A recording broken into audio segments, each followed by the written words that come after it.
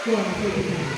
Basi naona wageni wetu wamekuwa tayari kutoka upande mwingine, kwa kama na mandhari yanayohamasisha siku hii ya leo kwa watoto mbalimbali. Tunaomba mfundishe wimbo ule ili ukianza rasmi, naona wanaona kweli kweli. Pia tunasema kwamba hongera sana wageni wetu na wageni kwa siku ya leo na ambao wamehitimu.